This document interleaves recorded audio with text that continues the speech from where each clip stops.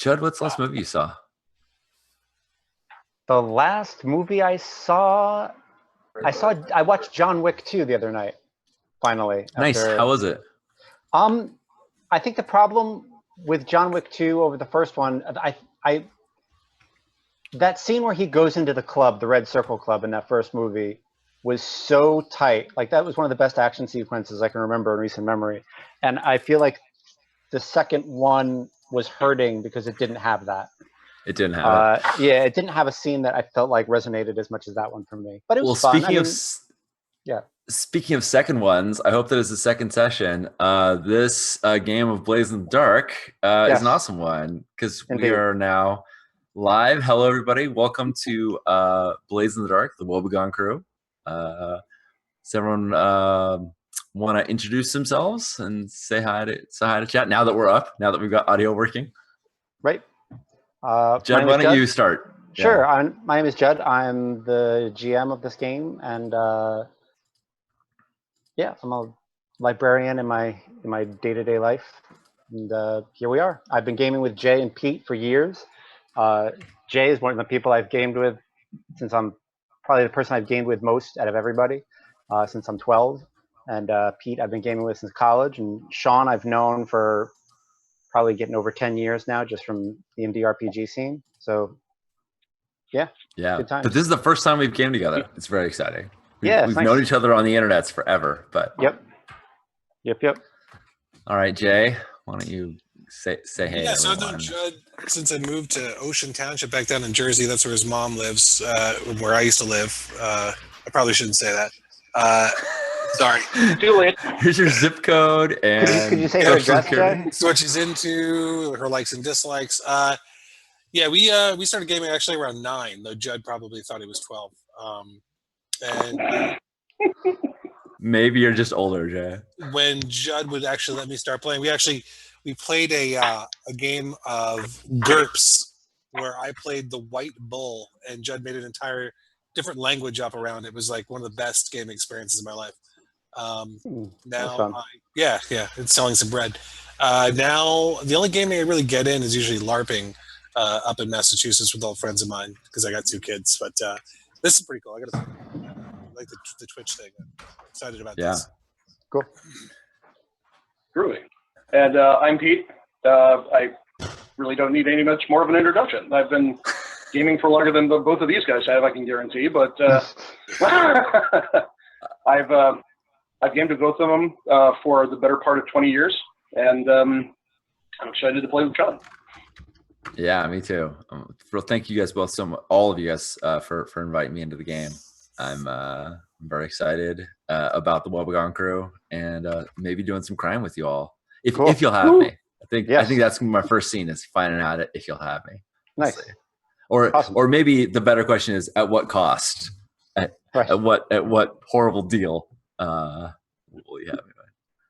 That is a better question. Yeah. Sounds good. Let's get this party started. So last game, I'm just going to go over a little bit of what happened, just like a 2-minute overview. Last game, I posted a couple of jobs that you guys could take, and the one that you took was liberating some prisoners from a prison barge from the Bluecoats. And you guys did that. You actually drove all the Bluecoats off the boat. And except for one. What's that? Except for one, yeah. Except for Holtz, right? Yeah. Who actually was swayed to join your crew, so he's now muscle for the Wobeggong crew. A good punch in his stomach, like that's how we do. Yeah, and Charming whooped him.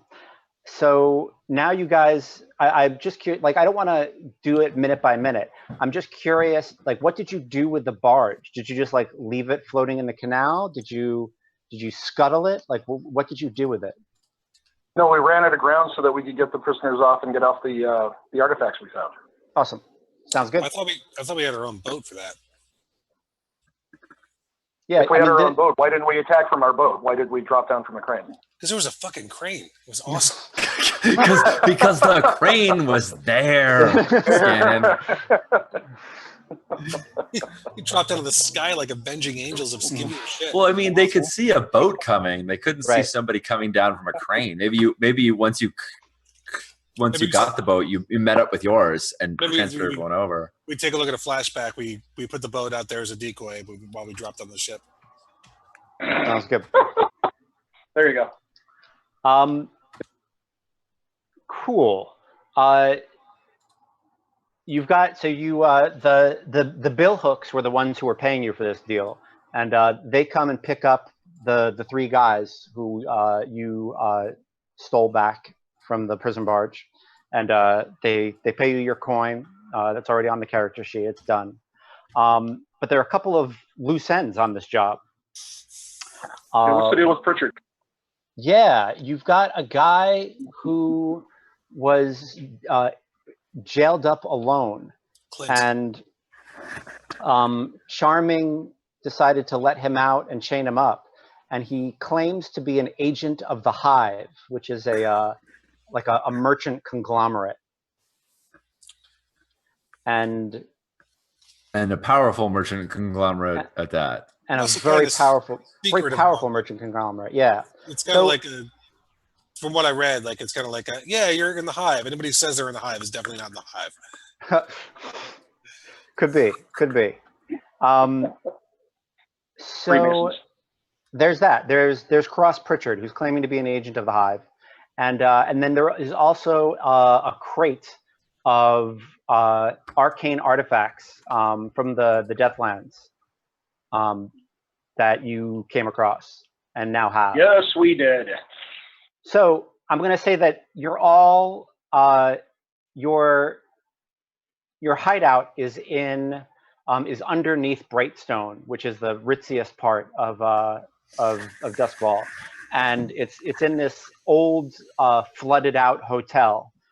So the first floor is kind of just covered in murky canal water, and the second floor is probably where you meet up and do your business. And you've got Cross Pritchard chained to a chair, and you've got this crate of arcane artifacts that you didn't expect to find in there. And then let's do this. Let's Jay and Pete describe your characters, and then Sean, why don't you describe Maud kind of entering into this scene? We'll do a little bit of intro, a little bit of free play, and then we'll get to Downtime. Jay, you want to describe Charming? Right, so Charming's fucking huge and very well dressed. He's got a bunch of both real and fake jewelry that he's decked himself out in. You know, each one of his buttons are done up in a different either glass or actual semi-precious gem button.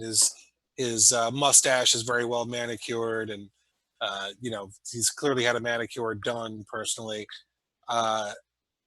But menacing and huge, and get a bit of just a relaxed kind of down home gait to him when he talks, but when he walks, not the same thing. Like much more of like a military-ish, you know, stick up his butt kind of way about him. Got it. Cool. Pete, what's Scannon like? Scannon is rakish and swarthy. He is tall, thin, chiseled, dresses predominantly in black. Because you can pull it off, and black goes with everything. Let's face it. And he doesn't do a lot in the means of appointments, although he does have a prized pocket watch that dangles from his vest pocket, his waistcoat pocket. Cool. He's a little bit more wry and not quite as menacing as Charming, or perhaps he's menacing in a different way. Nice. I like it. Cool. Sean, yeah, I think from below you hear some splashing of water. Maybe this is part of your sort of defense system, that if people come, that there's not really a good way to get in without like going through the flooded level below.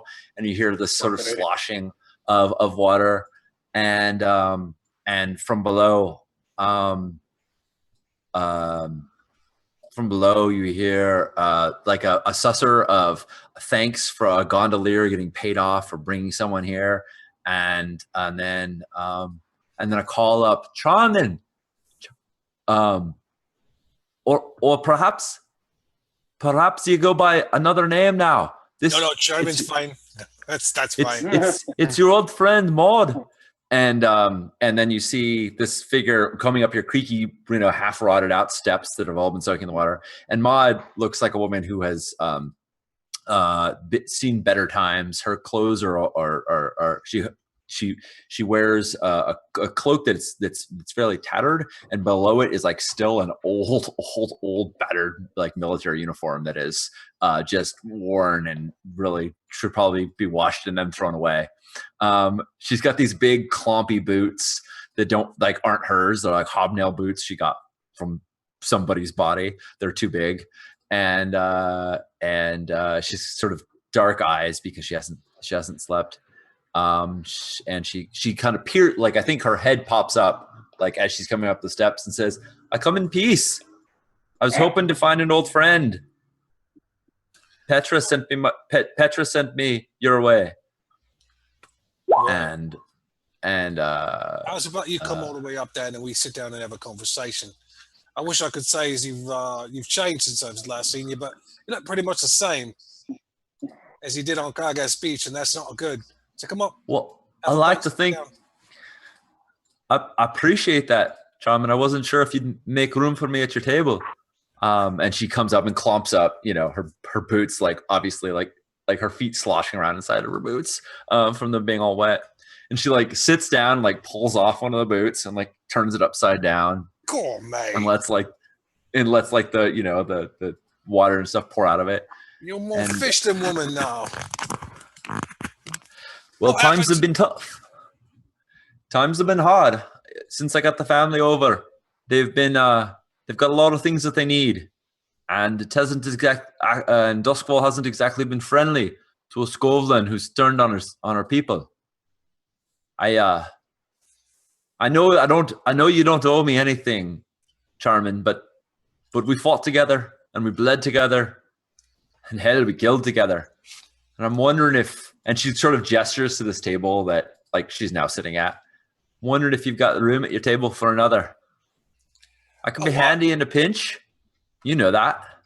As much as I remember, mate. Look, first off, you look like shite. Take a seat. That ain't a lie. Have a cuppa. Get your wet clothes off, like.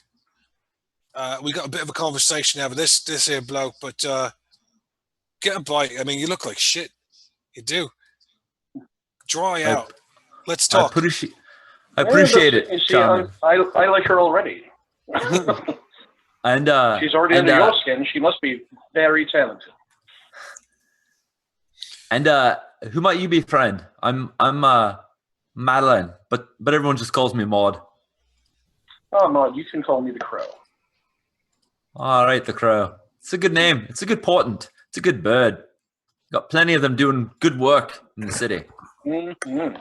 Right, let's take our first steps first. First, get unwet. Sit down and tell us how you got here and how the bloody hell you found out where we were. Yeah, and I think we can have this isn't a hidden hideout, right? Like we talked about this when we made the gang, right? So I think like Maud just like went up to somebody and was like, "Does anyone know where Charming is?" And they were like, "Oh yeah, totally." Yeah. Like he's right over there with the gang. Yeah, I kind of wanted to tie Scannon in here a bit, so I think she just randomly talked to someone she didn't know was your friend. She's like, "There's a clerk down in Charter Hall, and she told me her name's Petra. She told that's your. She seemed a little precocious about it, as though it was as though she was letting me in on a secret or something. But she said I could just follow the canals. Gondolier took me here. All I got's what's on my back." Petra is good as gold. Petra's good as gold. Well, come closer to the fire to dry out. She's good people, indeed. I thank you all kindly, and it's gonna take me some time to dry out here. And she's like peeling off layers, like they're like caked on, right? Like this is like clearly she's been for a while not taking care of herself. She says, how public is the job that you just did? Like, would I have any reason to know about the barge that you had? We took a lot of heat, so it's a good possibility. Okay. Yeah. Yeah. As a matter of fact, like if it's the next day, this was front page news, and the heist was front page news. It's only going to be in the news, for one day, but the City Watch commissioner is using it as a he's basically saying that the heist was done by Skovlander terrorists, and if his guards had military gear and military ordnance, that it never would have happened, and that the dangerous criminals who got loose and are now roaming the city streets doing God's knows what would still be chained up where they belong. And so so like they're using it as political leverage, and he's saying basically, Skovlander terrorists did this job, but city council is responsible. Nice. And it's becoming this like political red ball. I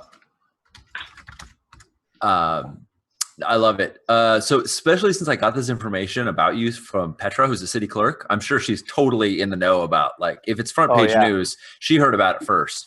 So if it's okay with you, Pete, I don't want to overstep, like, she's your contact, but if it's okay with you, I'm going to have her have told me about that it was a ship coming in from the Deathlands. Is that okay knowledge? Okay. I'm totally fine with that. Cool. Your friend Petra, she mentioned that it was a ship from the Deathlands. Oh, mate. Really? I don't know. It isn't as if that was a huge secret. Come on, She took a liking to me. I can't tell you why. Maybe she just wanted me to go because my spell was so foul. But at any rate, I'm here to earn my keep. If something came in from the Deathlands, be they ghosts or charms, old Maud, that I'm the right one to take a look at them. Right, Moy. If you want to know what you got a hold of, maybe I can. Like I said, I'm here to earn my bread. Why us? All right. Well, we happen to have a crate right over here. Right, but why us? I mean, last time I saw you, it was amidst a bunch of dead bodies sitting on a beach. I remember that. Spirits were angry that day. I mean, they're angry every day, right? But it was hell on earth. I mean, I came to Duskwall, same as you, and tried to put my family up. But Skovland terrorists is all I hear. And I turned to my own people, so they hate me. And nobody here trusts the Skov. And you can tell I'm down on my luck, Charmin. I heard you had set up a crew. I was hoping I could join. Right, it's kind of You set up the crew. What I know. Yeah, of course. It's your crew, right, Charmin? She looks to you like totally deferentially. Did I hear wrong information? I mean, they said this strapping soldier started a crew. Please, leader and commander, please tell us what we should do next, really. I think first we should take this bloody noose from around my neck. I'd rather not be known as a leader of you lot, right? Which means I'm the first to be sticking their neck inside of the prison, right? So I'm fine without that being the case, if that's okay with you, Scannon. By all means, get all the jinglies and gold. It's okay with me. I think at that point, Maud turns directly to Scannon. Then she's like, "All right, then I get this is the situation. Well, then we don't know each other, but Charmin can speak for me. I'm a relic he's already spoken volumes with the things he hasn't said, and I see that you've got a bit of a ghost touch about you." Scannon, what we've been through has been one of the worst things I've ever seen in my life, and she didn't run. And she stayed by my side, so she's got my vote, and that's that for me. I'm happy to prove myself to you, Scannon. Oh, sorry. I'm happy to prove myself to you, Old Crow. She well, hasn't. I have to say that you already have my vote, darling, but we really, really have to get at some point the voice of our current missing member. And when the moon returns, we shall ask her opinion. But in the meantime, since you can be of help, I indicate the crate that we have over to one side. Perhaps you'd care to take a look at some of these things. Cool, pissing, mate. You're just in time. Look at this. It's grand. It is. Take a look. Are you like cracking open the crate? Like, what's this thing? Tear it right open. Like, is this thing? It does this, I think. Take a look at this one's shiny. It looks really nice. I was thinking of making a picture out of this, but I'm not sure if it's got something dead inside of it. Take a look at that. I'll sit back and hope you don't blow up. Enjoy. Cool. Okay. Nice. So while you guys were free rolling or free playing, I was rolling dice and going through your entanglements. So if it was a movie, you would all be having a chat, and we would see Petra being taken in by the Bluecoats and interrogated. Fuck. Aww. Yeah. Fuck. She didn't spill much. But there is a little bit more heat on you guys now. The inspector who is assigned to the case now knows that it wasn't fucking Scovlander terrorists. And yeah. We're going to end up with the Jean Valjean here, aren't we? I can feel it. Nice. I love it. Maud would feel terrible knowing that she brought heat on your back, but as Sean, I love it. It is delicious. I can't wait for us to find out that that's what happened. And I don't think it was Maud who brought the heat. Like, it was just I think Petra talks a little too much, and clearly, and they knew that she had some kind of smuggling contact downtown, and so when something went stolen, they went to her, and they leaned on her a little bit, and she just gave a little. She didn't give any names, didn't give anything specific, but they know what it isn't. And that is going to move us into downtime, or unless, okay, so we can do a couple things. Let's just move into downtime. I believe you each get 2 actions, right? Yep. Mm-hmm. And you can buy more with rep or with coin if you want to take additional one. And you've got 4 coin in the bank right now, so you can buy extra actions with that. We can do acquiring an asset, a long-term project, reduce heat. You can train. You can indulge in your vice to get rid of stress. Does anybody have an idea of what they definitely want to do? Yeah. I'd like to reduce heat, personally. Okay. Well, because I think we got quite a bit on us right now. I wouldn't mind we do. having some of that slough off. So. Yeah, you got 6 heat. I did. I added it. Yep. Yeah. I got a little scuffed up in that last fight. I need to get my hair done. I need to get my manicure touched up. So I definitely need to indulge my vices a little bit. And in doing so, talk up, those damned, what's the name of the terrorists? The terrorists. Scopes. Those damn scopes. Yeah. She's a scope, by the way, if that wasn't obvious. Yeah. Oh no! That attacked that prison barge. So yeah, sorry. I'm gonna be indulging vice and killing him. Got it. All right. My first action actually won't be a downtime action. It's just going to be gathering information. I want to inspect these artifacts. Yeah. But then once I have a little bit of information about them, I'm probably going to lean towards doing a long-term project about making them useful to us or finding out a way to sell them or something along those lines. So cool. So maybe acquire asset. It may be if it's just like a one-time thing, or it may be a long-term project if we're trying to. But first, I got to know more about them. So I'm going to just study them since they're here. Sounds good. I'm sorry. I don't want to talk about the scope terrorists. I want to go to all my contacts and tell them, hey, we didn't do shit. I want to play it down, or anybody who might know about it, like, hey, Petra just got pulled in. Shut the fuck up. Right. Right. Got it. That's always a good idea. Cool. let's roll some dice. Yay! I'm a fan of rolling dice. Are these fortune dice, or are they going off as? I don't remember this part. No, actually, you're rolling. So it sounds like. So you kind of described two different types of heat dispersal, Jay. If you're going out and saying, "Hey, you know, it was the Scotlanders. It wasn't a shut the fuck up." That sounds more like a command. Okay. Cool. So roll your command, and we'll see how much heat you. Is this controlled? Yeah. Standard effect? Yep. You can push yourself. Bonus dice if you want. Oh, nice.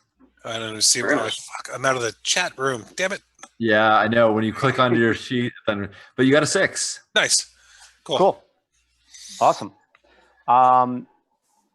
Yeah, they buy it. I think most people think that if you were really, if you had done it, you'd be bragging about it. Yeah, right. And if you're scary and telling people to shut the hell up, it seems like a good idea to just shut the hell up. Yep. Yeah, that's the other thing. My little boat hooked that fell out.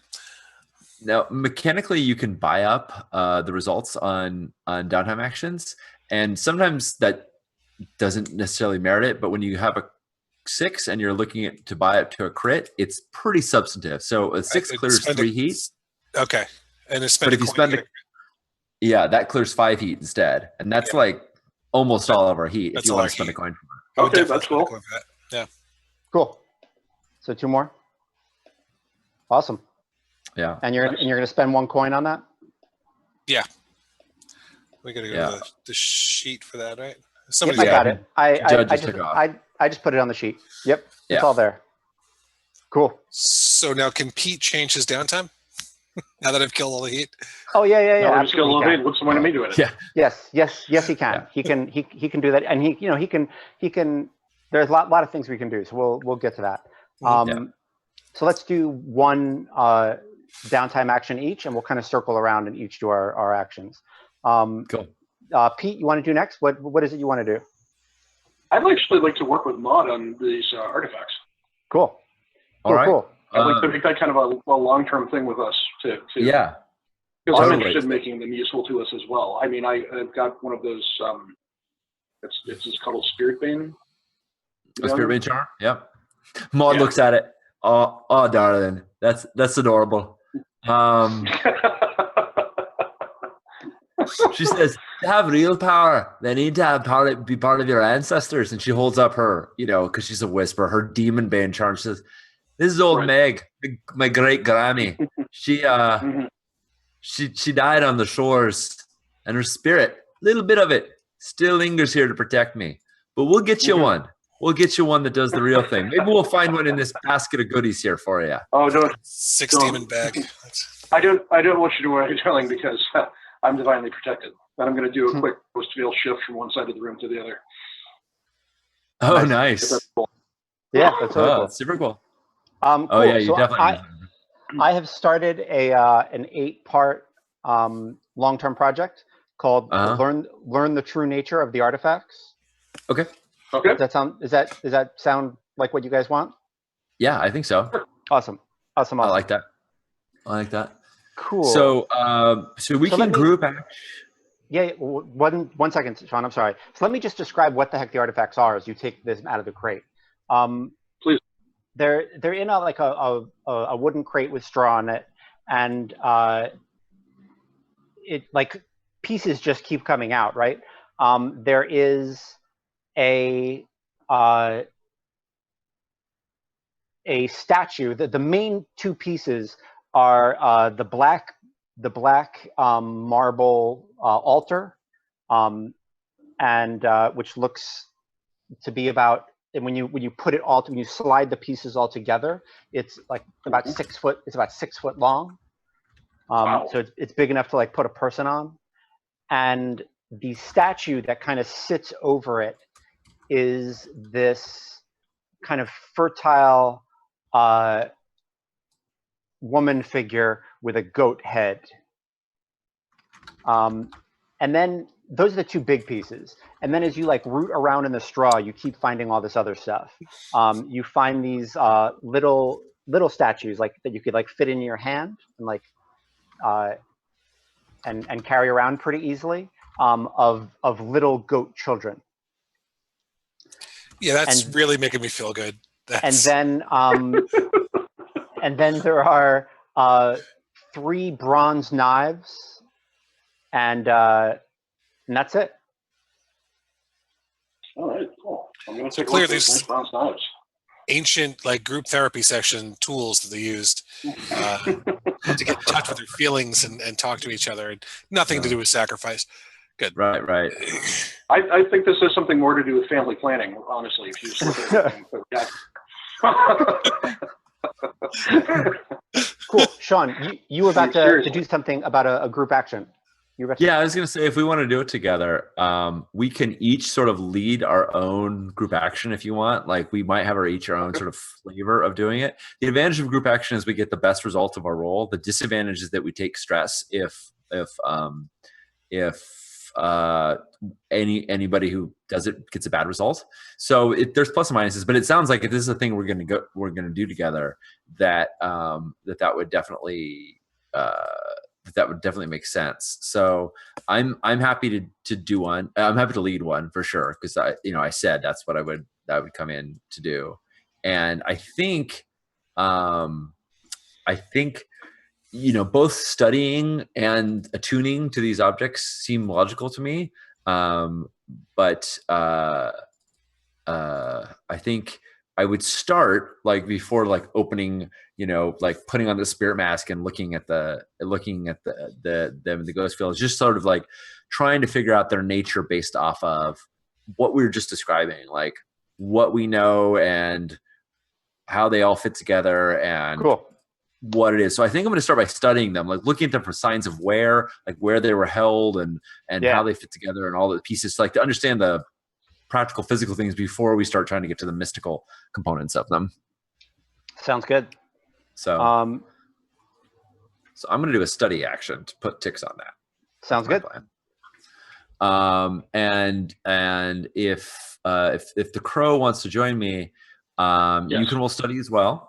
And you don't have any dots in it, but that might cause some stress. Okay. We'll see. Or you could spend 1 stress to give me a helping die is the other way to do it. We could, instead of doing group actions, you could like help out by like holding stuff up and not actually doing the study. I'll do another stress to give you a helping die. Okay. I will take that. Cool. Okay. And depending on what you do, if I'm not going to help, I'm happy to trade and do the same. So fair enough. All right. So study.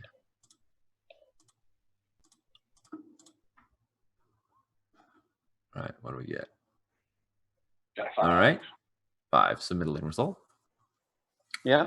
So what do we? Mechanically, that's 2 ticks, but what do we see when we're checking this thing out?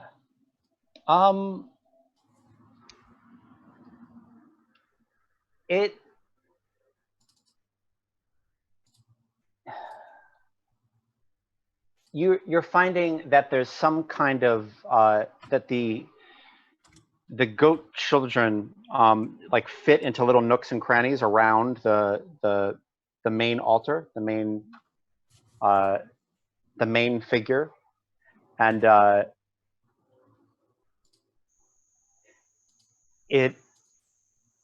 but they also can be put into the they also can be fit. Each little goat can be fit into the hilt of one of the daggers. Oh, cool. Yeah. Mystical transformers. Telling you, family planning. So I think that there's probably like some cleaning out of them, where like they might be dirty and stuff. Like we like brush them out, clean them out, and notice how they fit together once they're clean and whatnot.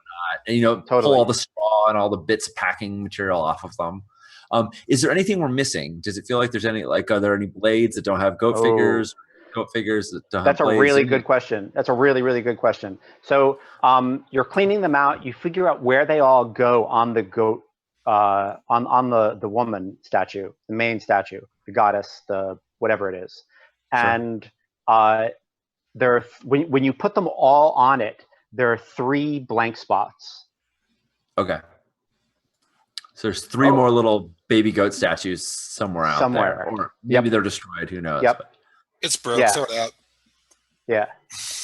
Jay, you're like, this is taking days of like them working, right? So you like go, you come back, you threaten some people, you come back, you get into a fight, you come back, and like. So you Taylor, come back. Yeah, you come back to Maud and the Crow talking about like, there's got to be 3 missing, and you have this flashback to Charming turning to the 3 Billhooks and saying, "I'm gonna go upstairs and beat up all the Blue Hooks.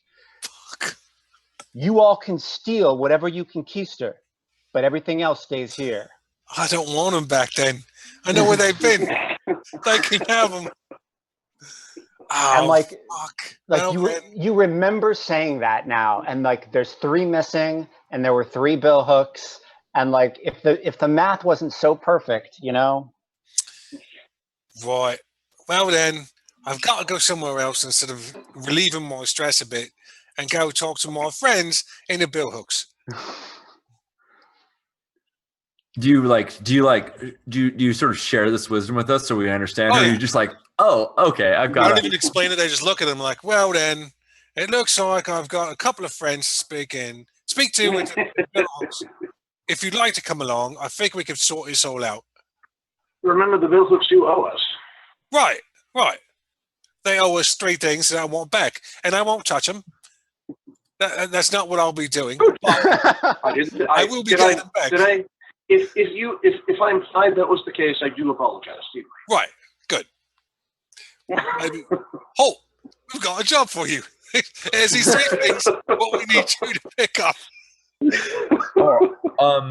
Before we go, I kind of want to get a sense of whether or not these things have any kind of signature in the ghost field, meaning that maybe I could detect. I was gonna do an attune with your help. Yeah. So before we go do that, why don't we attune as well, so that we are like, okay, cool. When we're out there, if they say like, I don't have them, I can put on my spirit mask and be like, bullshit. I sense them, within the room or something like that. So yeah, let's do that and then go, if that's okay with you, Jay. Sounds for us to, once we know a little more. So yeah. Okay, so what's the thing for attune? It's attune. The position. Yeah, go ahead. Oh, I think you're in a pretty controlled space right now, so I'm going to say controlled. Fair enough. Controlled and standard. Yeah, usually with downtime, it doesn't matter too much because you're just advancing clocks. But so since my attune is pretty good, instead of giving you a helping die, I'm going to roll with you because I actually will add more to the pool if that's okay with you. I'm happy to give you the helping die instead if you want to take lead on it. But it's fine by me. Cool. Do you want to take a devil's bargain with the goat statue, Pete? Or did you already roll? No, I already rolled, and no, I don't, because I still have a bunch of stress to get rid of. So okay, sounds good. I would entertain said devil's bargain. Mr. Carlman. Yeah. I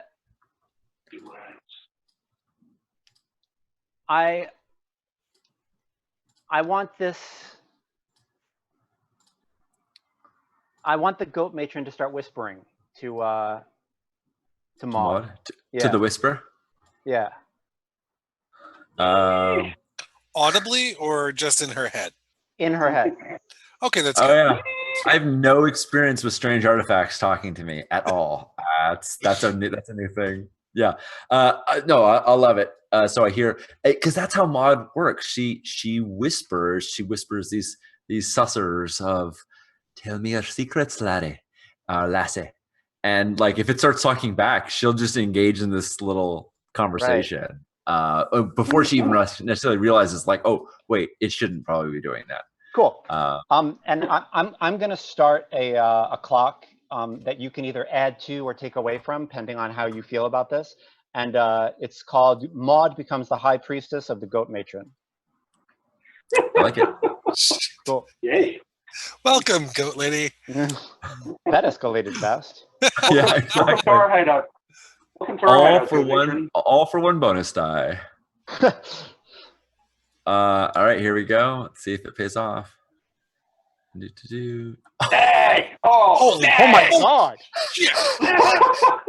Oh, by the way, guys, I have the cheat codes to get all sixes. Got it. Well, Maud, or should I say Goat Pete, what do you do?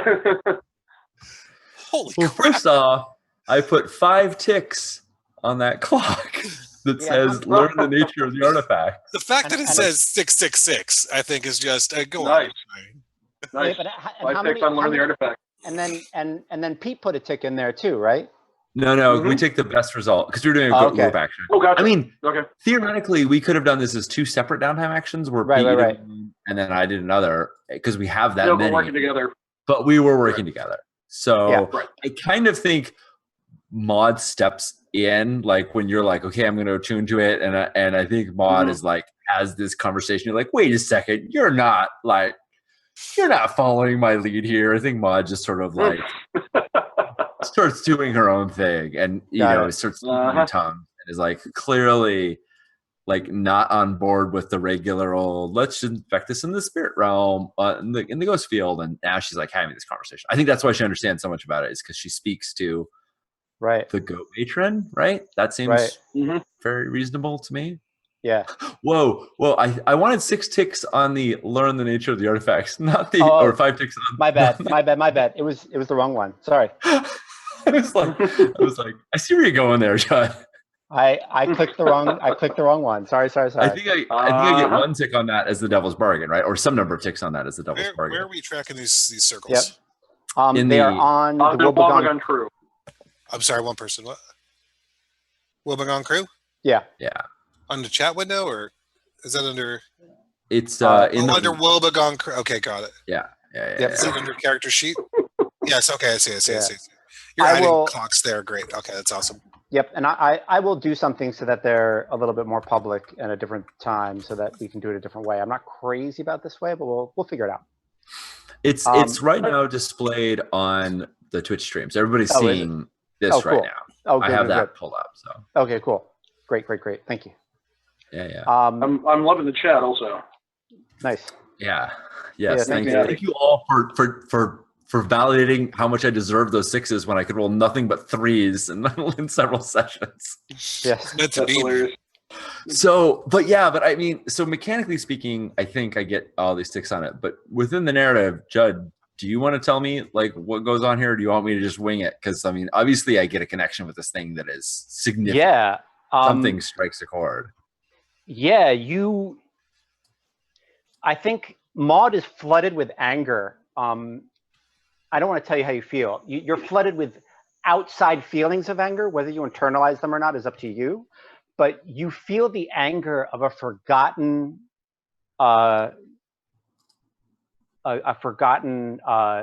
religion that was here, that predated the ancient coal mines that originally made this place a city.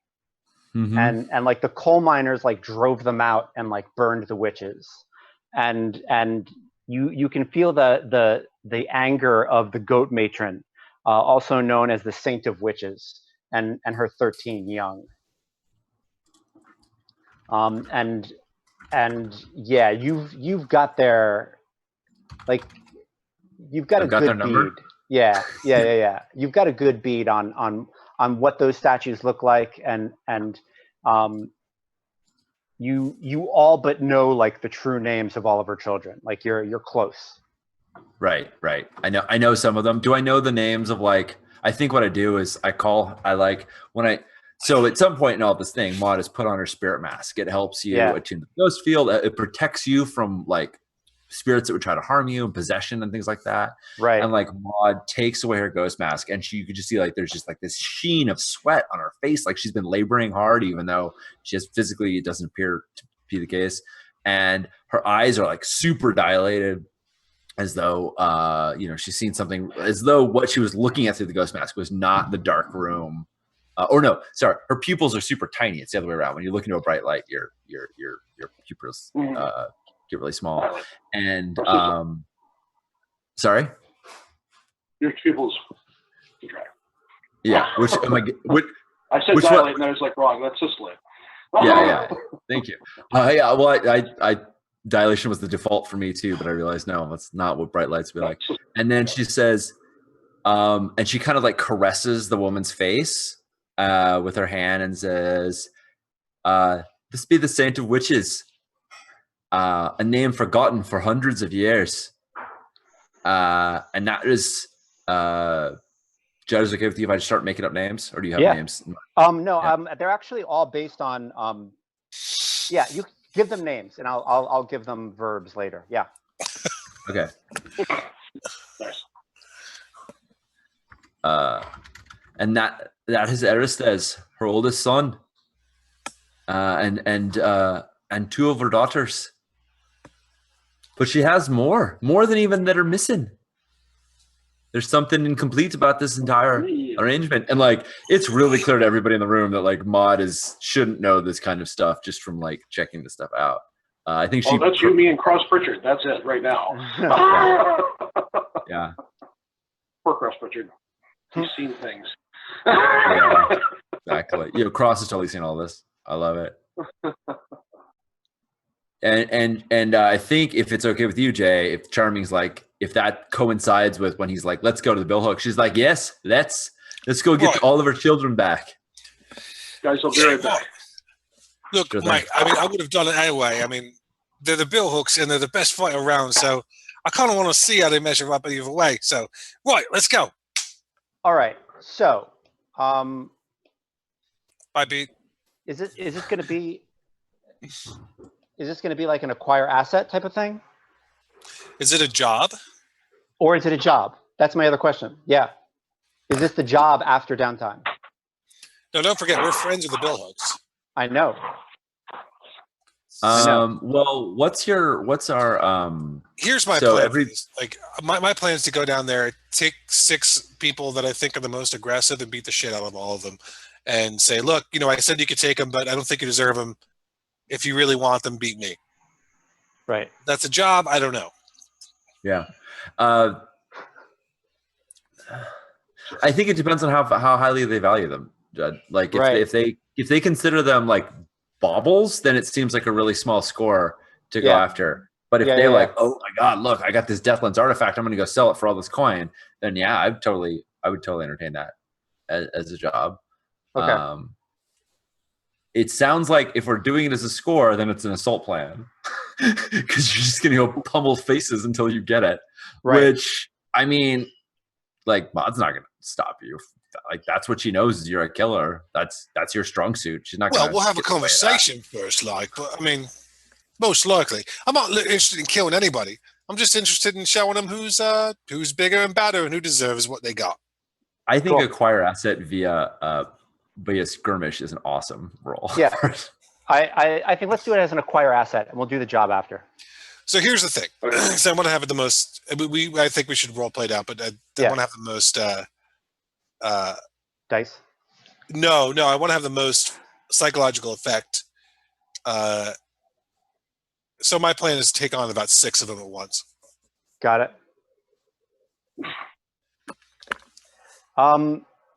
But my understanding is you're going down to their place, right? Yeah. Okay. Respectfully. Right. You're not actually sure you're going to have to fight them over this, right? You're just assuming that that's how it's going to go down. They're the Billhooks. I mean, they're known for their just straight up vicious butchery. Yeah. Yeah, but we did them as a definite solid, so we're still in good standing with that. So. Right. I could just ask them to give it back, and they'll give it back. And if that's the case, then great. I wouldn't ask them. I'd say, look, I said case to it. Well, now give it to him. So you're going down there with Holtz? I'm bringing a bottle too. I'll bring a bottle of something really nice. Okay. Nice. Sweet. And are you taking Maud or Crow with you? If you're both are coming, then by all means. Maud would want to go because she would like be very certain that she could tell an imposter. Like if they tried to give you something else, like here it is, she would like. I think at this point she would know like that's not one of. Charming wouldn't even think about that, so yeah, it's a good thing she would come along. And I actually think I want to indulge in advice because I've got a lot of stress. Okay. Nice. Why don't we indulge in the vice after Jade finishes this one? Pete, is that cool? Cool. Cool. Cool. I got to tell you guys that the timing on this was really funny with the rolling of the 3 6s and talking about the goat matron and everything like that. And as soon as Sean said something about there are even more children, there's a motion detector light behind me, and it went on. And there's nobody home next door, and there was nobody in the driveway. That explains why you, with no conversation with it, just got up and walked out. No, I have to know. Because I thought something's going down. Using my driveway. Yeah, I love it. That was cool. Lovely. Charming, you walk into the Billhooks warehouse. It is a slaughterhouse. There are a bunch of pigs in a pen, and Corin, who's this, who you know is the leader of the gang's son, is walking around the pen, you know, hip deep in pig, just swatting at them with a meat hook. And when he's killed enough pigs, you notice that there's somebody in the pig pen tied up. Just like literally, like they can't stand because they're like tied by the ankles and the wrists, like rooting around on the floor in the pig blood. And Torval smiles when he finally like gets through the pigs to get to them.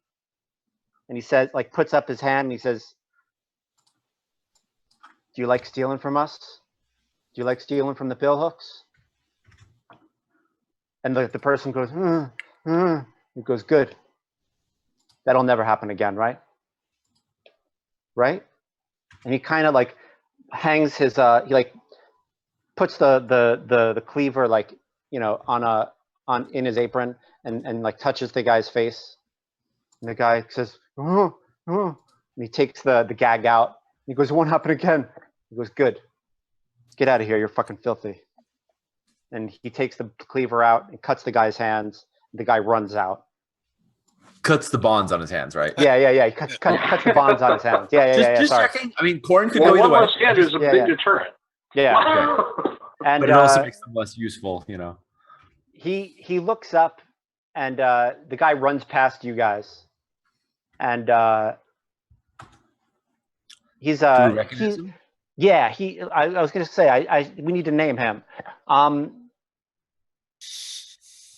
His name is, what's the page with all the names on it? 54. I always want to say Robert. 56. Is that 56? Yeah, his name is Grine, and he's a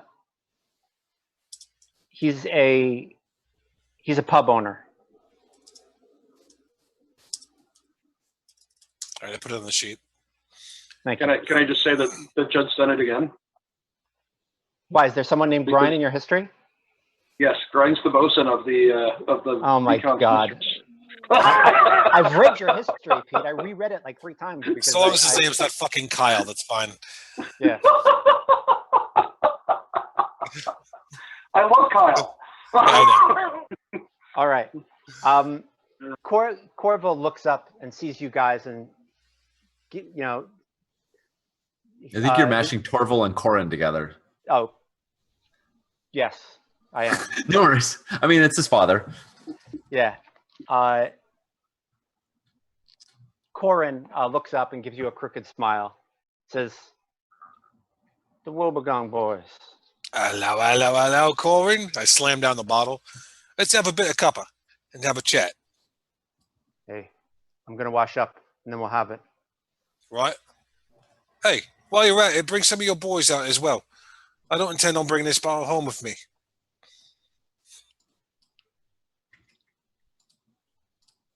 He walks under a sluice of water and like washes the pig blood off of him, and then changes into a fresh apron. And they sit down at a table. And he pours some tea. Some of his boys come and like stand around. One of the boys is definitely one of the people who you freed. Right. I'm going to pick up the bottle and I'll hand it to that guy. And I'll take my as I do it with one hand, on the other hand, I pull out this gilded spiked gaffing hook from a ship. It just looks fucking disgustingly deadly. It's jacked up with like a bunch of like someone took an implement of woe and destruction and bedazzled it, and I slam it down into the table as I hand it to him. I know you, don't I? Yeah. Thank you for what you did for us. Hey, thank you for the coin. No, I mean I appreciate you getting us free. Well, I appreciate you getting caught so we could get you free. We needed the money, didn't we? You know why I'm here, though, right? Maud sits down right next to you, Charming, and like takes a cup, like tries to not like stand out too much. That might be hard at this table. So the billhook who you're talking to is named Bug. Bug. And Corin says, "Is there a problem?" No, mate, there is no problem at all. Actually, there was only following orders, as it were. And as it is, it looks like those orders were given in haste. They've got something that I need back, and they're going to give it back to me now. And then everything's going to be fine, and we can keep on moving forward as the best of friends as we are right now. Right? Yeah, I want to know if that's going to happen. Right. Command? Yeah, I think command. Yeah. All right. I'd like to give you a helping die. Sure. And I think that there is just sort of Maud isn't, she's one tick into High Priestess of the Goat Matron. This is a brand new thing for her, but there's a certain intensity about her. Like, you just bought this random woman who looks kind of bedraggled, like she's been through the rain, but she has like sort of a fierceness in her eyes as she's looking at Bug, because she knows, Charming said he has it, so she believes that's the case. And I think there's a certain uncertainty of like, who is this woman and what's she gonna do, and why is she being quiet? And I want to let that tension rest a little bit as I like slide my glass forward to get a shot. As everyone's pouring, I make it known that I'm here. So I'm going to spend a stress to give you a bonus die on that command. Awesome. Now, what would you call this position-wise? I think it's risky. Okay. I think it's risky, and it's standard. Yeah. And she's giving me one bonus die, right? Yep. All right. You can push yourself. Oh yeah. I'm already stressed out. It's done. You didn't need it. You got it. I didn't even see that. Fuck, I got it. You said it before too. Make sure you have the chat window open. Oh yeah, I got it. Cool. Here's the thing. Like, okay, go on. Sorry. Move forward.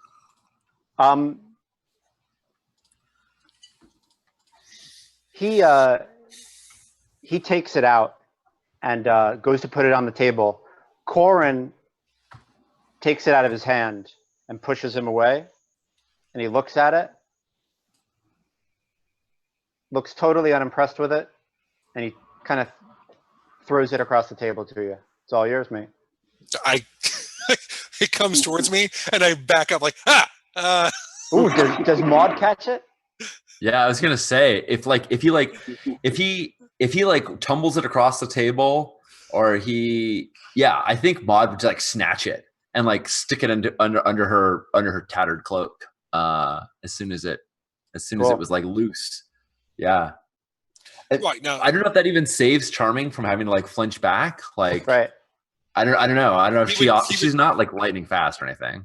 He would do it anyway. Just the idea of a shit covered goat coming at him.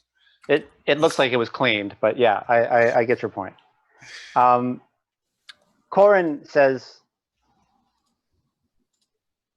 "Was there more than just that one?" Right, now the other two, and we're on our way. Corin looks at Bug and says, "Get the other two." And he looks over at you, Charming, and he says, "You know, Charming, if you weren't who you were, I would have a real problem you coming in here and bossing around my crew." Right, mate. And I understand that. And if you weren't who you were, well, then we wouldn't have come in and talked at all, would we? I got respect for you and your lot. That's why I came to you without a hat in hand, but my face in your home. I thank you. Thank you for the kindness you've shown me. It's good. It's good. We need friends nowadays. We do. Maud looks at Corin and she says, "You're better off without them. These things will bring you no gain, and likely ruin upon your house." Well done. And she like takes the other two. Yeah, totally.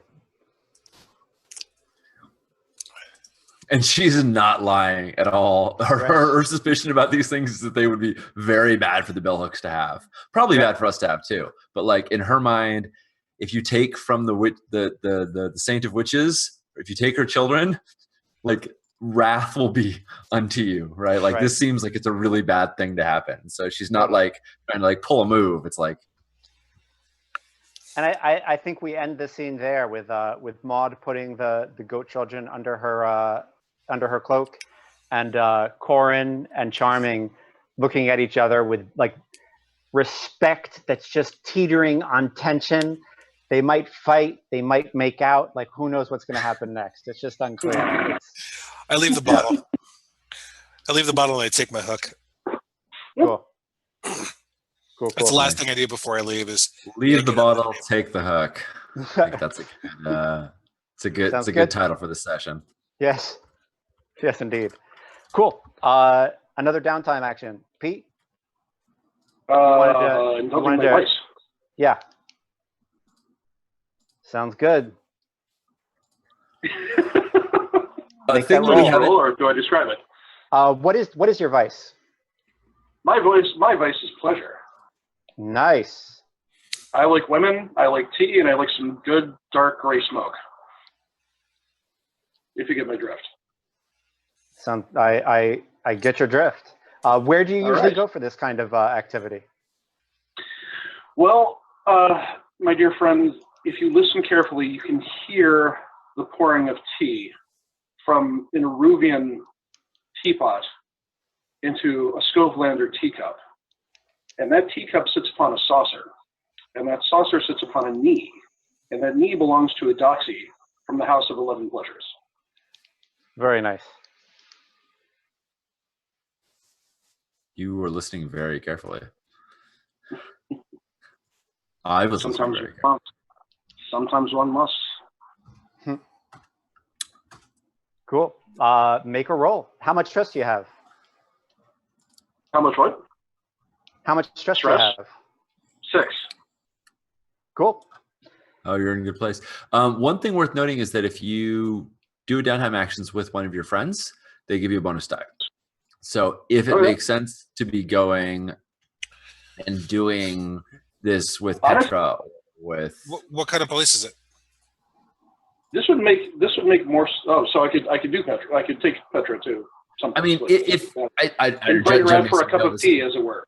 Yeah, Judd may say this isn't her place, but in any of her friends, you could take Telda, a beggar, or Dharma in a blue coat. Like, but if you use a friend, I think I'll take Petra because we owe her for not completely ratting us out.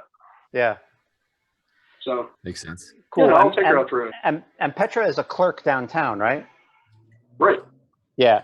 So she has no idea. Like she knows that she like has some friends who are scoundrels, and she's meeting you for tea, and she's dressed for tea as is appropriate, and she's a little bit scared out of her mind.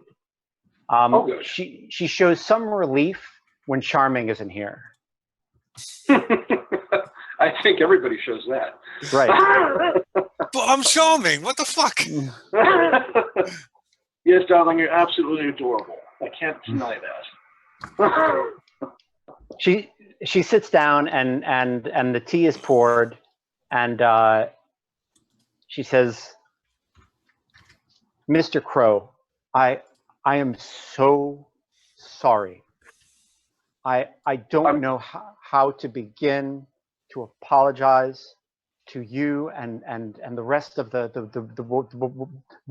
Wobeggong. I'm just holding up. I'm holding up my hand at that point and then putting my hand out over hers and going, Petra, there's no reason to apologize. Is anything that we should apologize to you? Please drink your tea. It's got just the right amount of hashish in it. She takes a sip. This is very good. Mm-hmm. Can I interest you in a hookah? I think I probably should. Yes, I thought when you called me down here after I got out of the interrogation, I thought the worst. No, finish the thought. No, friends are too valuable in the city, believe me. Duskfall is not a welcoming, friendly place. And you stood by us. And that's something. So I'm going to order a hookah first to have a little bit of a smoke. Awesome. Make a roll. Do I indulge vice? Is that what I'm doing? Yep. Yeah. Okay. So if you click on it, then when it says bonus dice, you can add one in there. Good. What's the thing about going over on your roll? Yeah. Going over is bad, but with 6 stress, it's kind of perfect because you kind of can't go over, right? Yep. Cool. There we go. Looks like Petra helped. All right. Totally, she did. Yep. So I get to knock off 5. Is that the case? Yep. I think Petra relaxes, and you guys have like just a really lovely night out on the town. I think that's a great idea. You know, you have a really lovely night in the House of 11 Pleasures. That's why there are 11 of them. Hey, one question, Crow. Sure. Which gang is in charge of the House of 11 Pleasures? Do you know? I'm actually thinking that this is a business extension of the Hive. Interesting. Okay. Cool. Very cool.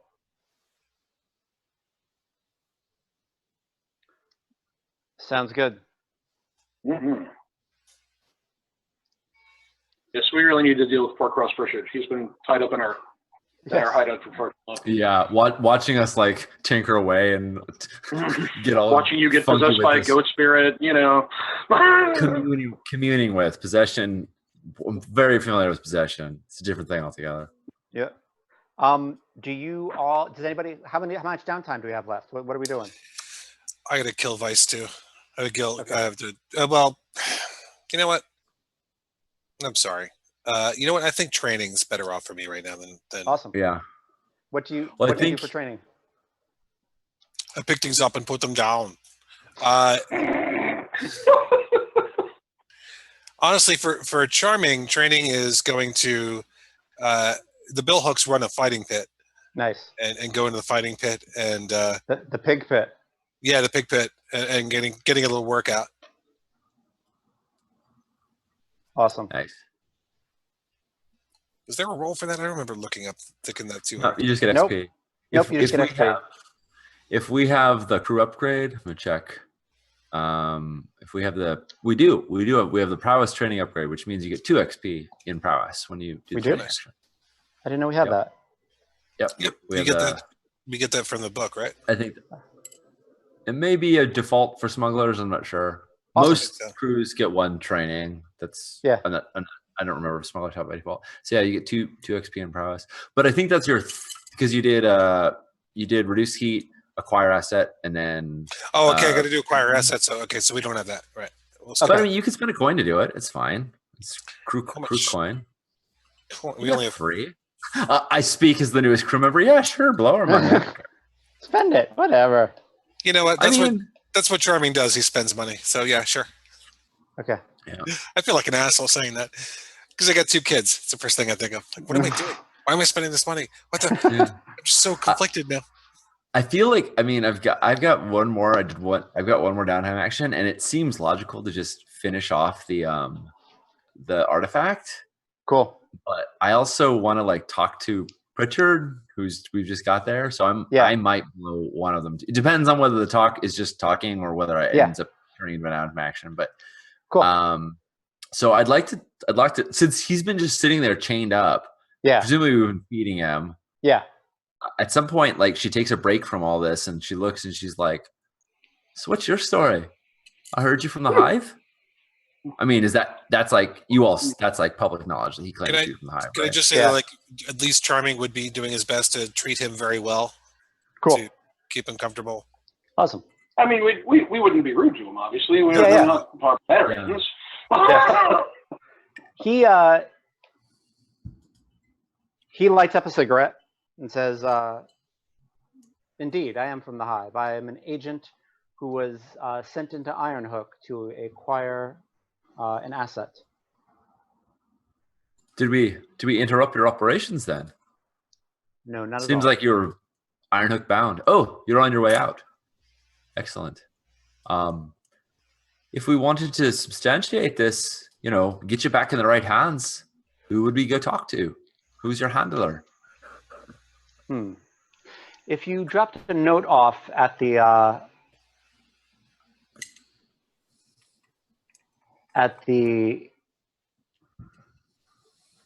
Queen Bee's nest, it's a pub in it's a pub in Night Market.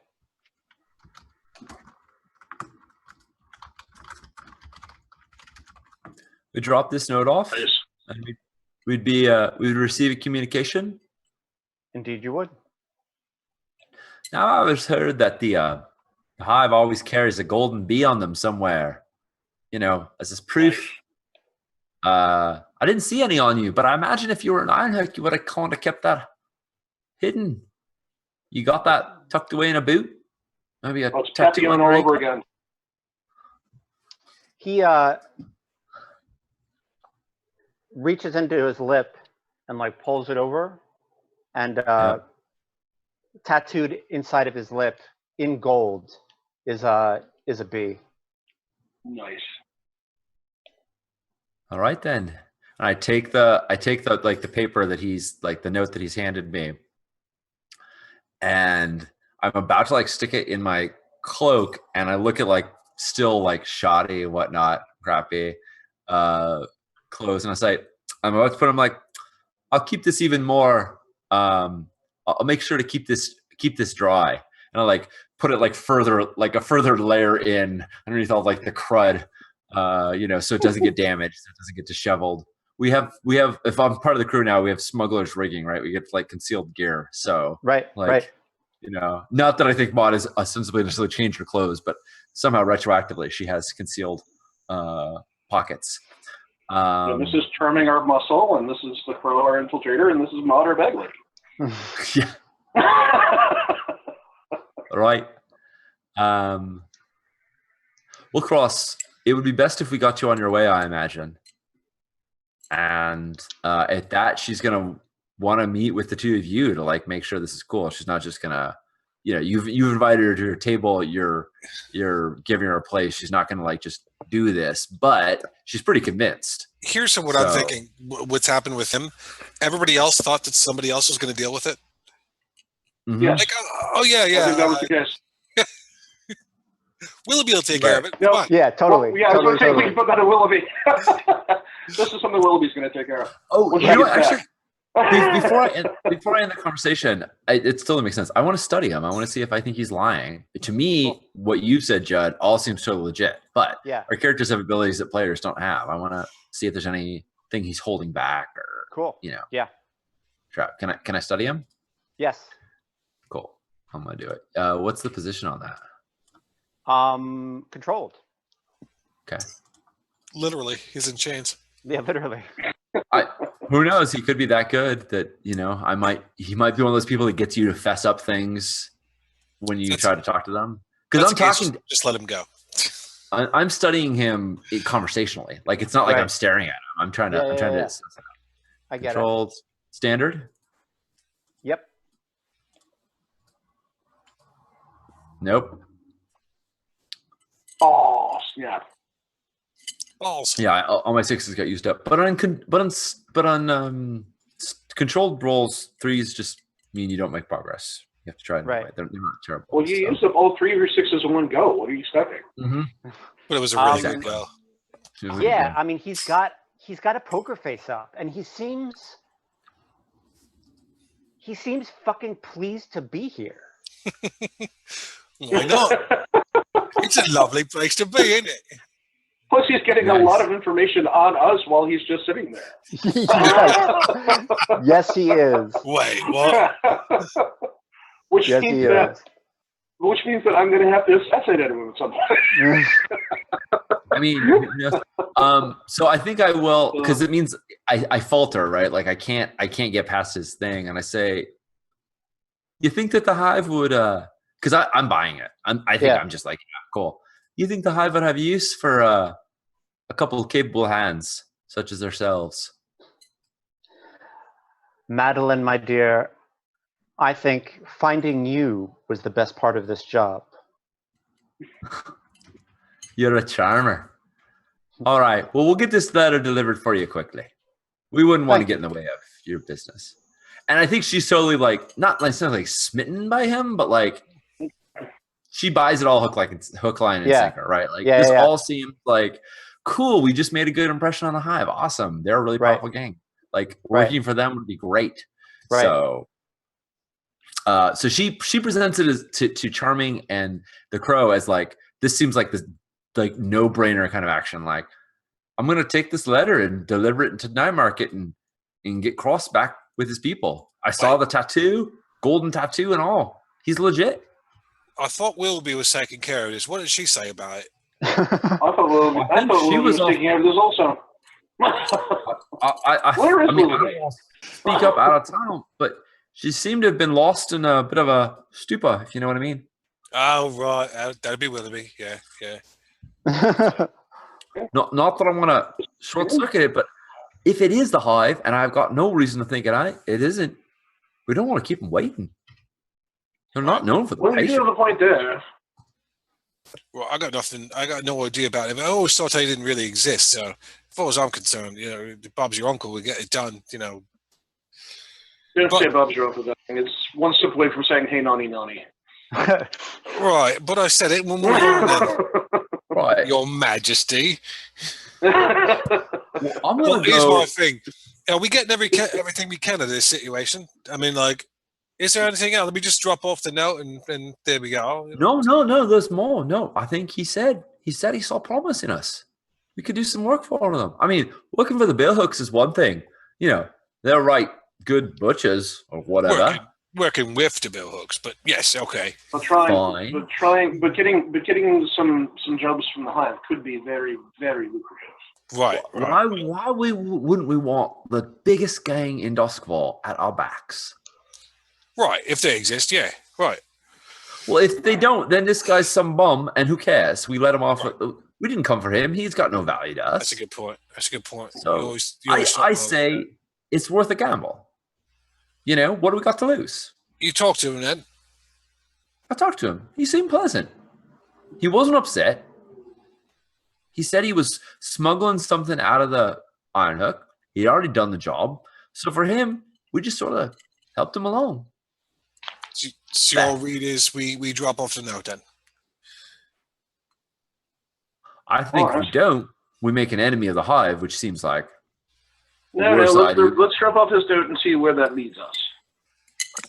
Well, I'm just curious. Oh, I'm not. Oh, I'm sorry. It must have come out wrong. I'm not asking whether or not I'm not saying it's a bad idea. I'm just asking your opinion. Well, you think this is the right road to take? I think we should. I think it's worth our time. To at least give it a try. And since he's still in our custody, I think we should treat him pretty well, as we have, but afford him some luxury and see if before leaving he might impart upon us an opportunity, because I can only imagine the opportunities that the Hive has available. So get him drunk and see what he says. just see if he'll give us a job. Right. We'll have to slick her up. I mean, so far, I came to you hoping to get a cut of the action, and mostly we've been just, well, we haven't had any action yet, so I'm for it. I disagree with that. I believe you've had a great deal of action, Lord. Just not all of it on this plane. Yeah, well, fair enough. I don't know what that means, but all right. It's better off that you don't, Owen. It's better off that you don't. So Judd, I kind of think this is actually leading to a score. Okay. I think, like, to me, it seems like let's do a job for the Hive seems like totally. Totally. So instead of doing that immediately, I'm going to real quickly do my downtime action, which I can't fail at. Worst thing I get is 1 tick, and I'm going to finish learn the true nature of the artifact. Cool. Does that seem fair? Like, I'm going to do it again. Yeah. Totally. Go for it. Let's roll it just to see if fun things happen. Attune.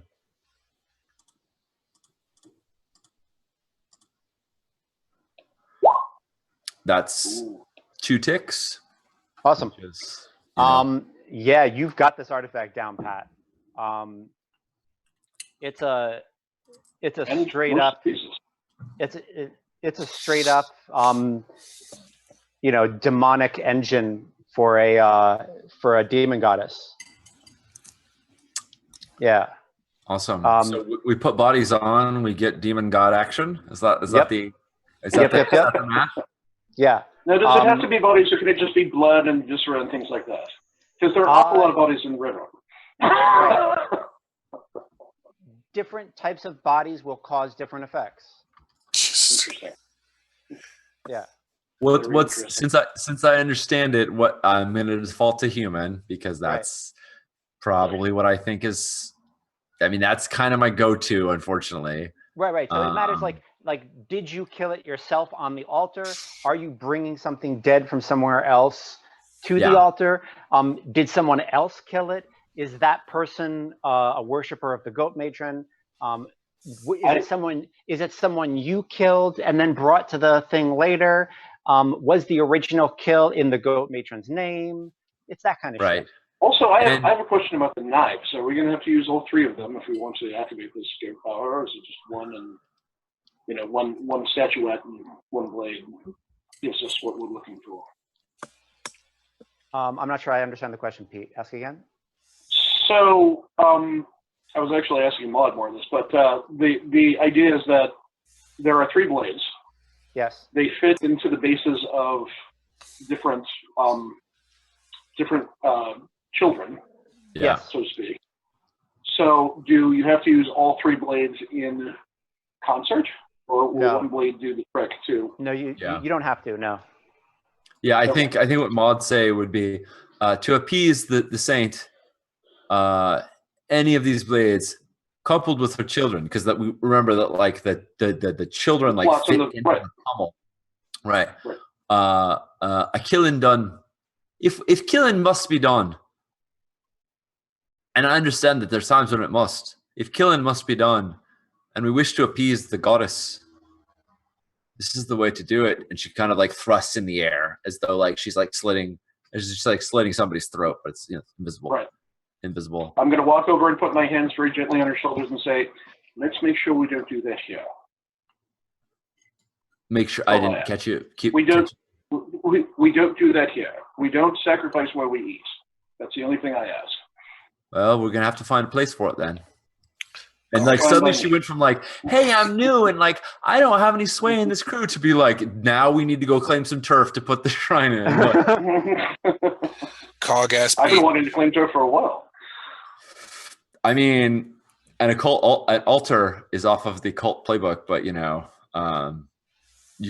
can grab turf off of other people's crew sheets. Yep. Yeah, that sounds groovy. Knowing this, she's going to carry one of those daggers with her son Aristes in it, and be ready for whatever.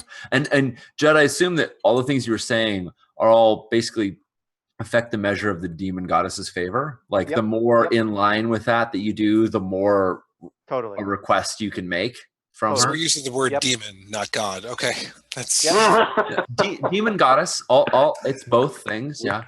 Yeah, you say potato, I say holy shit. Okay. Well, I would just call her the Saint of Witches. I would just say the Saint, right? Yeah. You can name it whatever you want to, as long as we don't do any of it here. That's the important thing. Welcome, Mod. Fuck. Yeah. Welcome. Yeah. Make yourself useful. Awesome. So, you're all debating the merits and flaws. Like, basically, you're all talking about like the differences between demons and gods, and like, is there a difference? And we really need to get some more turf. Like, you're having that discussion, right? It's happening in game and out of game right here as we're doing it, but your characters are doing it, and someone in the doorway, and somehow they got up the stairs without making a lot of noise or without splashing, clears their throat. You're gonna have to be really charming to not fucking die right now. And I'm assuming that the note has already been dropped off at the Queen Bee's pub. Yeah, yes. Absolutely. Okay, cool. So charming, you turn and say that, and the chubby pale of flesh who clears his throat, like you can tell he's about to like vomit or maybe pee himself. No, wait, no. He's got long graying sideburns that come down his chin, as gentlemen are wont to do nowadays, and he's wearing a good suit, and he's carrying a well-worn brown leather attaché case, and he says, I did not mean to sneak up on you. I'm here on professional business. How did you sneak up on us? I walked quietly with my galoshes, and I left my galoshes downstairs, and then I came up the stairs once the water. I didn't mean to be. I'm not stealthy, gentlemen. I am not a scoundrel. My name is. He reaches into his jacket. Whoa! I'm going to very calmly, personally walk across the room and put my face over his. What? Don't get into the way of the throwing knives. Cool. Crow is drawing knives. Charming gets right in his face, and this poor bastard pulls out a business card. Yeah, and Maud is like unlocking Cross. Like, here's the thing: I'm not even gonna look. I'm gonna pluck it out of his fingers and put it behind me. Like, put it behind me as I just don't break eye contact with him and just wave it behind. Okay, I'm gonna come over and take. I'm gonna take it from him.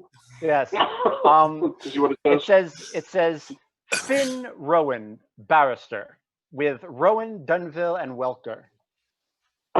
Very well. Let him go. I think there's like a clank as you hear like the chains that were on Cross's wrist like hit the ground because Maud has unlocked him. Let him go where? Oh, this is right. Yeah. My name is Finn Rowan. I am a barrister representing mercantile interests that I believe you know about. I'm with Rowan, Dunville, and Welker. I'm in the property and acquisitions department. I'm going to put his card in my vest. How big is he? He is not big. He's a little guy. He's a little guy? Oh, okay. He's like... Is he well-dressed? 5'7". He is very well-dressed. Really? What's he wearing? Mr. Rowan, may I commend you, sir, that you managed to sneak up on 3 of the most alert of all the sharks in this canal. Well done. I was just trying to be polite. It sounded like there was a heated discussion going on. Not that I heard any of it. I am the heart of discretion. Perhaps we need to get a bell, some other form of announcing yourself. That's a real nice watch. Oh, thank you. It was a gift from my auntie when I graduated from the university. Right. I couldn't. I know you're suggesting I should, but I couldn't. Yes. It would be very, very generous of you, sir. Very generous indeed. Represent. We can't ask him that, mate. We can't. You'd like to, I know. It would be very generous. It would be very generous. Yeah, Judd, I think your mic, and maybe the direction you're facing, sometimes your audio is coming a little. It may be that when you're looking off the side, we're not picking up your audio clearly. Okay, I'll be more aware of that. I'm sorry. No worries. It's not been bad. Cool. He says, the mercantile interests that I represent are very interested in hiring your services. Oh, let him keep the watch.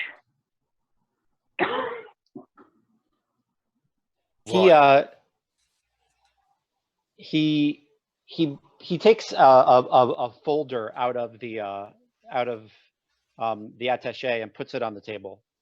I pick it up and without breaking eye contact, I put it behind my back and hand it off. I take it out of his hand and start to flip through it. What time is it? I'm sorry. What time? What time is it? It's 7:30, I believe. It works pretty well then, right? It is very accurate. As I close my own watch. Sir, I believe if you do this job and the mercantile interests that I represent, like your work, you will find yourself in a position to buy yourself any number of watches. Let him keep his watch. Let's take a look at this folder. Maud is making sure that Cross is like totally unchained, comfortable, has all his belongings, is like very much ready to go at the moment this conversation ends. I'm going to bring the folder over to the table, and as I do, I'm going to approach Cross Pritchard, and I'm going to shake his hand and say, "It was a pleasure, Mr. Pritchard." The pleasure is all mine, Mr. Crow. You are a gentleman, and there aren't many of them left. Agreed, sir. As were you. Thank you for being such a pleasant guest. Still haven't broken eye contact with him. What does the folder say? The folder says that there is a group of smugglers called the Foghounds, who apparently have stolen the wrong merchandise. They depend on a steamship called the Foghound, and they need you all to steal that ship and deliver it. And yes, and deliver it to a dock by tomorrow night. So here's my thing: it needs to be done at a certain time, right? How am I to know what time it is? If only I had a way. Well, yes, I'm going to come quietly up behind Charming, and I'm going to dangle my own watch in front of him. I don't want. I know you've always admired this. I don't want. Take it. Go on. Look, he offered, mate. I don't need yours. I think, but it would be wrong at this point to take it from him. I feel like it's worth Charming getting a command roll in here to see if he could just intimidate this guy enough into just being like, "Oh yeah, here, take my watch. I don't care about it. It doesn't matter to me." Right? That's where I was pushing. Go for it. Like clearly, the crow is like not for that. But I feel like Charming has been keeping eye contact with him long enough to intimidate this guy that maybe he's just gonna go, sure, whatever. We can do a player versus player though, right? I can try to do a sway. The game supports it, yeah. I'm not saying. Yeah, absolutely. So dice are hitting the table. People are saying something's important. So let me just get straight what everybody wants. Jay wants to command Mr. Rowan, the barrister, to hand over his watch. Yes. Right. Pete wants what? I want Charming to stop trying to force this moment so that we can get to the job at hand and possibly get more rep and more money. Got it. So I think we should roll that. Family. We should probably roll that first, right? Okay. I think. So the game specifically addresses PvP, and one of the things it asks is like make sure all the players are on board with the potential outcomes. Right. So I think that the suggestion that you were making, Pete, was that you make a sway roll, and if your sway is successful, that that Charming would see the wisdom of not bullying somebody out of their watch when you could get a ton of money from them later. Whereas Charming's in respect, like if it doesn't go well, whereas Charming's thinking, the deals with what's his name? I'm sorry, Pritchard. The deals with Pritchard, not with this lawyer who didn't have the politeness to knock. Right. Okay.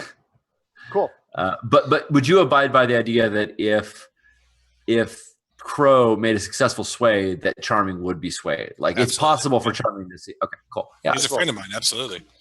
Yeah. Cool. Let's do it. Make that sway. All right. I like what you say. Position is risky. Yes, I think it is risky with Charming. Okay.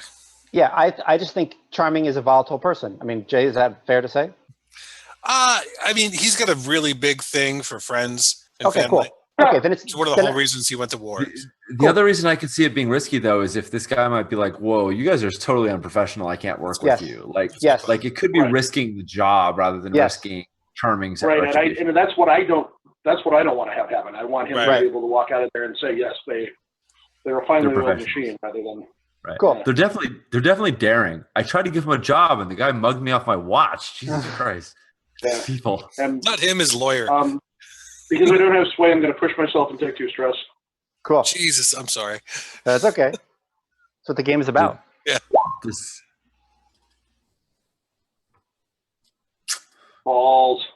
It's not a good roll. Not a good roll at all. What is the consequences for risky? Yeah, it's a bad outcome. It's a bad outcome.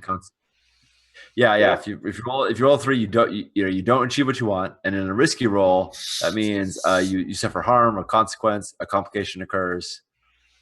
You can resist those. You can roll your resistance to avoid them, but yeah. Beacon resistance. It'd be resolve resist. Yeah, it depends on what the consequence is. Right. I'm going to say this, Jay. The consequence is that I think, tell me if you're cool with this. The consequence is that Charming misunderstands what Crow is trying to do. And he thinks he's trying to, Charming thinks that Crow thinks that he's scared of the lawyer. And he's trying to save him. Like signals get severely crossed. Okay. Yeah, and that fits the situation perfectly, honestly. Right? Yeah. Okay. Yeah, so what does really what does Charming do as a result of that, Jay? All right. I take Pete's watch. I take Scannon's watch. I look at it and I'm like, look, mate, you earn this, right? With your own blood and your own work. Put this back in your hand. I turn around. This bloke right here, he's no one. He's nothing. He's a man sent to bring something to us and doesn't have the decency to knock on the fucking door, does he? I'm not saying we should break his neck, throw him in the water and let the fishes eat him. I'm saying that's a nice fucking watch, aren't I? Cool. I'm just asking him to be kind. Make your command roll, Jay. All right. Yeah. Judd, do you want to say that we're now in a desperate situation because of this misread? Oh, yeah. No, totally. Like this is so Jay, you're making a command roll. It's a desperate command roll, and the effect is limited. Okay. Oh, nice. So it's not even. He's not going to even give it a completely. Get a 3 and a 4. You succeed, and the threat comes to pass as well. Okay. So 4, you do it, but there's a consequence. You suffer severe harm. A serious complication occurs. You have reduced effect.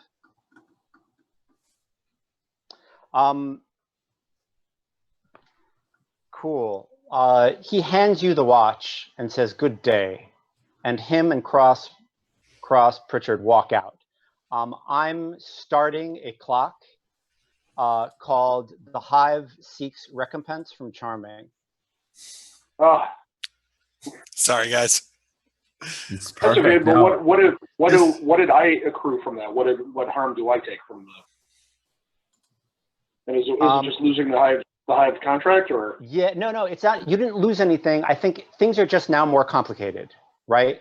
Okay. Yeah. Like what you lost was Charming going from I'm asking for it to He's gonna give it to me. I'm super pissed now. Like Yeah. Mechanically speaking, one of the options when you fail a risky roll is to be in a desperate situation. So you took that from like a desperate or risky, give me your watch, to a desperate, no, give me your fucking watch or else I'll kill you. Right. Right.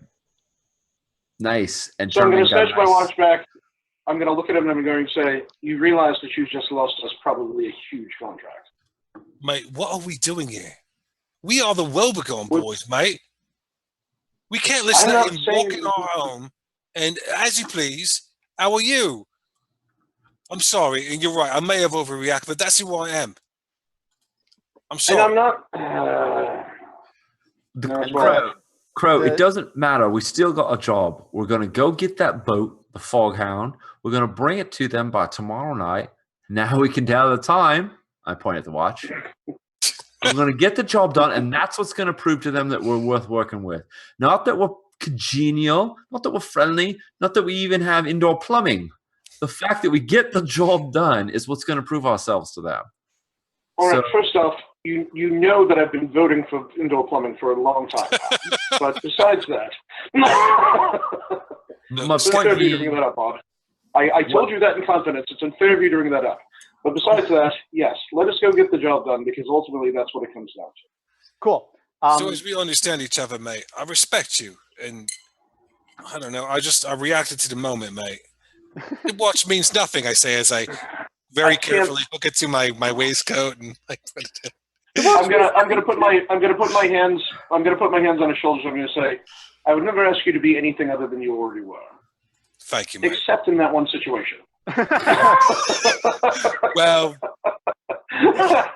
thank you. But we are a long time China. I can't say China plates, can I?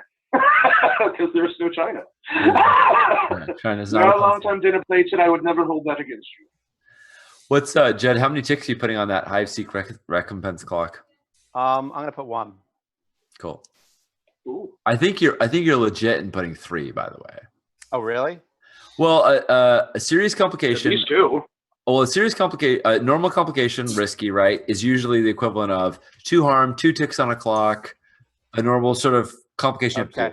Controlled is usually 1. So desperate 3 is legit. I mean, mechanically speaking. I'm gonna put 3. Then you're right. I'm new to the clock game. Okay, guys.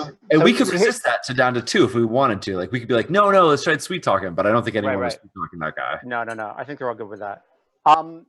So moving forward from here, guys, are you guys up for going till midnight and doing the job, or should we call it? And I have to work in the morning. I'm sorry. You have to work in the morning? Okay, I didn't know that. Okay, yeah. I wasn't sure. Cool. Sorry about that. Cool. Then we will. If I didn't, then yes, normally I would be, but I do have to work in the morning. So not a problem. I wasn't sure. Sorry, I have to work in the morning too, but I wasn't sure what your situation was.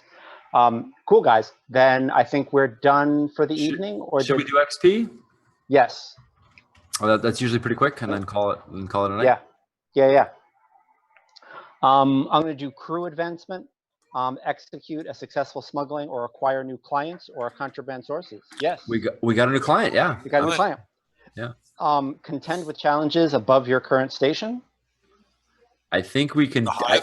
I don't know if we can. Well, the Billhooks are above our station, and they're higher tier than we are, and we got. Right. And we told the Hive. And the Hive is definitely above our station. Yeah, and we got in their faces. I think that. Is it 2 XP?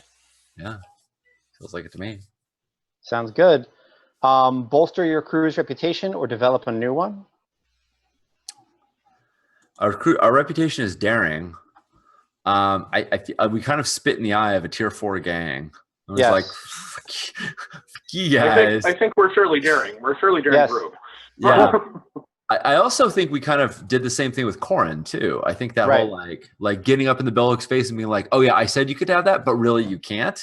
Yes. That seems to me like that was daring twice. Yep. Cool. So we've got a new advancement, and we've got 1 XP in the whole in the till on top of that. Express the goals, drives, inner conflict, or essential nature of the crew. I'm not too sure about that. I'm not too sure about that one either. Okay. Well, the one thing I would point out. Sorry. Go ahead. The one thing I'd point out is that what Maud presented was, we're in this for the money. Let's go after the money. And we all said, yeah, we agreed. We didn't ask any questions about what working for the Hive would be like, what that would entail, what kind of enemies that would create. We're just like, sweet. No, it's about the cash and about the rep. Right. Yeah, and ultimately. I think the fact that we chose carte blanche without really like evaluating it to do a job for the Hive speaks a lot towards the Wobeggong boys. Like that we're just like, yeah, money, cool, we'll do it. So to me, you guys have, we get to pick a new thing, right? Yeah. We get either a new crew, a special ability, or 2 upgrades. Our choice.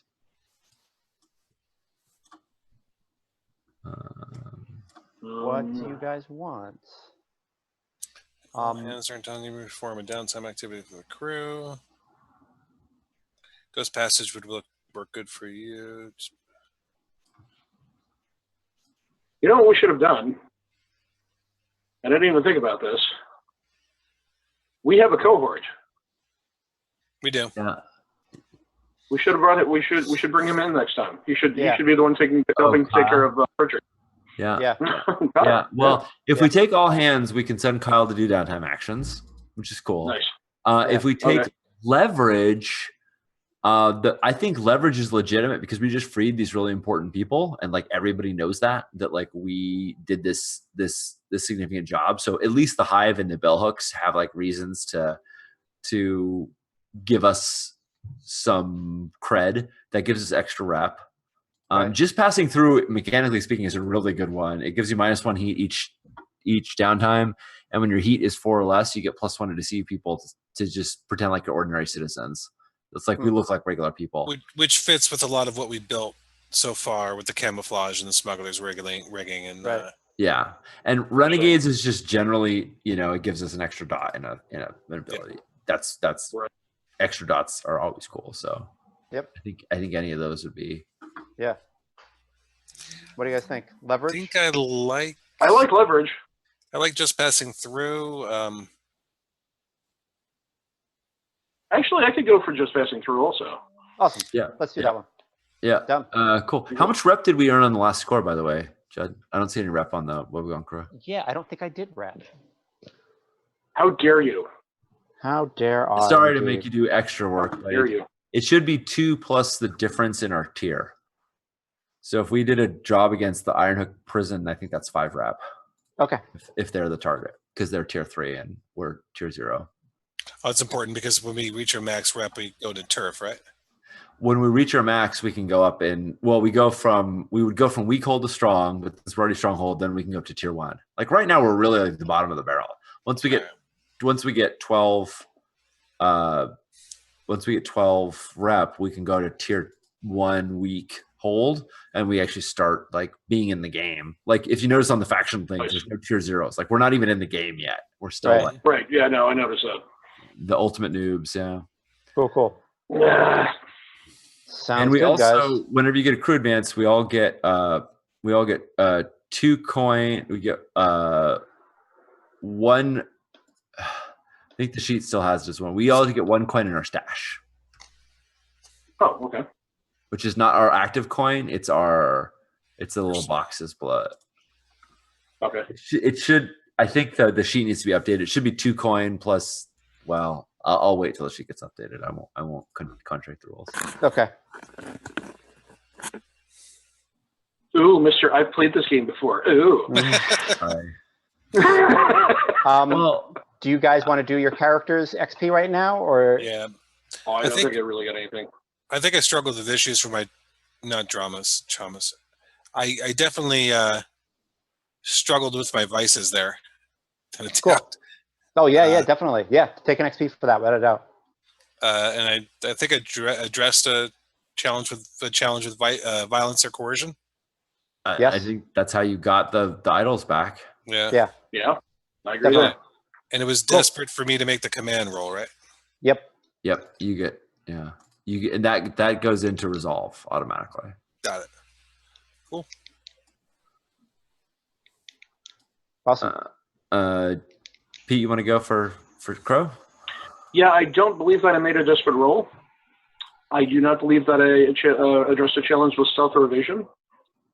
I'm not sure. Well, I expressed my beliefs. I think that's about it. Or my drives, rather, because my drive is all about the money in the cup. Yeah. And I don't believe that I struggled with issues from either my vice or a trauma. I would give you 2 for your beliefs because it was really clear you did not want to make waves, whereas Charming really did. You were like, no, let's not fight these guys. That's not how we roll. And it's like, oh shit, I guess that's how we roll. Right? Yeah. You were willing to go to the mat over that. You made that risky roll that made things escalate because it was important to you to like be professional and not, bully a lawyer around. Yeah.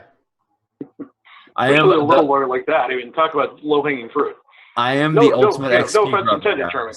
I will give everybody as many XPs as I can. He didn't fucking knock, did he? That's all I care about. He just didn't fucking knock. So that's why Maud got into the crew, right? Is because I knocked. It's because I was like, oh. Yes, we knew you were coming. We heard you squish up the stairs. And the fact that we saw hundreds and thousands, maybe hundreds die on a beach together. That too. Yeah. All right, let me do Maud. Yeah. I didn't make any desperate actions. You addressed a challenge with knowledge or arcane power. I did that multiple times in Downtime actions. Yep, that's a twice. A thing, and then we attuned to it, and we opened our minds to this thing. I'm taking 2 on that because it happened multiple times. You expressed your beliefs, drives, heritage, or background. I think it was really clear that Maud is very desperate and needs, like, her family is. Her current position is that she's an outlaw in every sense of the word. Like, she's not a criminal. She's just, no one is protecting her, and the only thing that she has is this crew. Like, she has a lot of debts to pay, and the only way to do that is through this crew. I think her background as a turncoat came clear. Also, we talked all about our time on the beach and everything like that. I don't know if you took 2 on background, but I think you should, because we talked about our time fighting in the wars and whatnot, all that. So I think my recent background and my far background both came into play.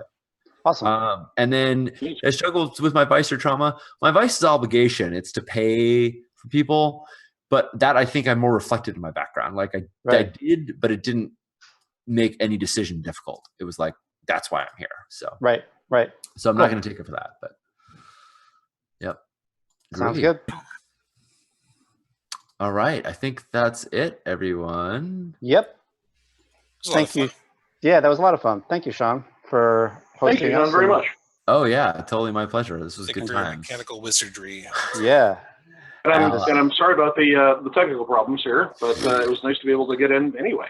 Yeah, I'm glad. I feel foolish I didn't figure out the way around it earlier, but I think it works pretty seamlessly. So yeah. Shape. All right. Well, good night, all. I cannot say what the future of the Wobeggong crew on actual play is, but if we come back, then we'll tweet about it and we'll let you know. Yep, definitely. Everybody, have a great night. Good night. Good night. Peace.